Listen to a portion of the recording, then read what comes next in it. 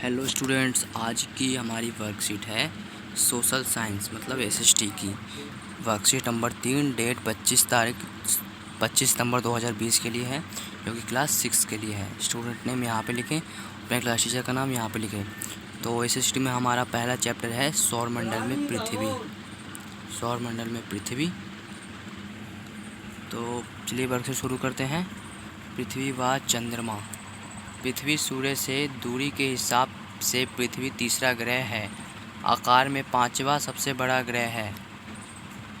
मतलब कि हमारा पृथ्वी है ना, वो सौरमंडल में सूर्य से दूरी के हिसाब तीसरा ग्रह है, और बड़ा में, ये जो बड़ा है ना, बड़े में पांचवे पर है।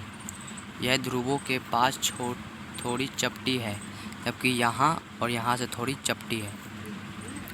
यही कारण है कि इसके आकार को भू-आब कहा जाता है। भू-आब का अर्थ है पृथ्वी के आकार समान आकार।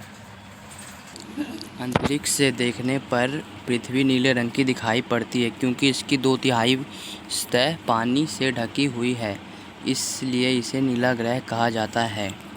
तो इसको नीला ग्रह भी कहा जाता है क्योंकि इसकी 2/3 सतह पानी से भरा हुआ है, इसलिए इसे नीला ग्रह कहा जाता है। चंद्रमा। चंद्रमा पृथ्वी का एकमात्र उपग्रह है। इसका व्यास पृथ्वी के व्यास का केवल 1/4 है।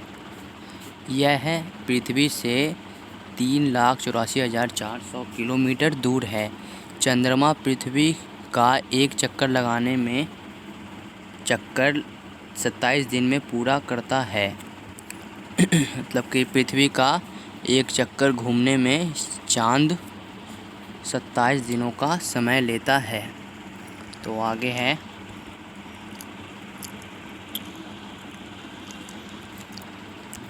उपग्रह। उपग्रह एक खगोलीय पिंड है जो ग्रहों के चारों ओर उसी प्रकार चक्कर लगाते हैं जिस प्रकार ग्रह सूर्य के ओर चक्कर लगाते हैं। रोचक तथ्य। नील आर्मस्ट्रांग पहले व्यक्ति थे जिन्होंने 22 जुलाई 1969 को सबसे पहले चंद्रमा पर कदम रखा। तो सबसे पहले चांद पर किसने कदम रखा था, वो थे नील आर्मस्ट्रांग। ये कब चांद पर कदम रखे थे? 22 जुलाई 1969 को। चलिए अब इसके क्वेश्चन आंसर करते हैं। पहला क्वेश्चन आंसर है, पृथ्वी को नीला ग्रह क्यों कहा जाता है?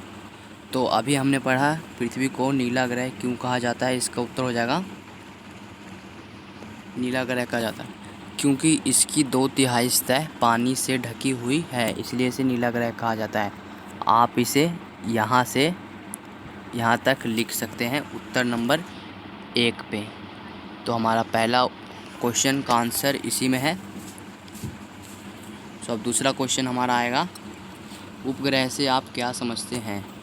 उपग्रह के बारे में भी हमने पढ़ा है। उपग्रह से के बारे में आप क्या समझते हैं? तो इसका उत्तर हो जाएगा ये। आप इसको सीधा इस पे पूरा का पूरा उतार सकते हैं दूसरे पे। जो है ना, उपग्रह एक खगोलीय पिंड है जो हमारे ग्रहों के चारों ओर चक्कर लगाते हैं, उसी प्रकार इस प्रकार सूर्य के चक्कर हम लगाते हैं, उसी प्रकार ये भी उपग्रह भी लगाते हैं। तो ठीक है, ये पूरा आप उत्तर नंबर 2 पे लिख दीजिएगा। तो तीसरा क्वेश्चन है, चंद्रमा की सतह पर कदम रखने वाले पहले व्यक्ति अंतरिक्ष यात्री कौन थे? उसका नाम था नील आर्मस्ट्रांग। नील आर्मस्ट्रांग, ठीक है, आर्मस्ट्रांग लिख दीजिएगा आप। जैसा कि आपको दिख रहा होगा ऊपर में कि नील आर्मस्ट्रांग है लिखा हुआ, तो ये हमारा तीसरे का आंसर हो जाएगा। ठीक है।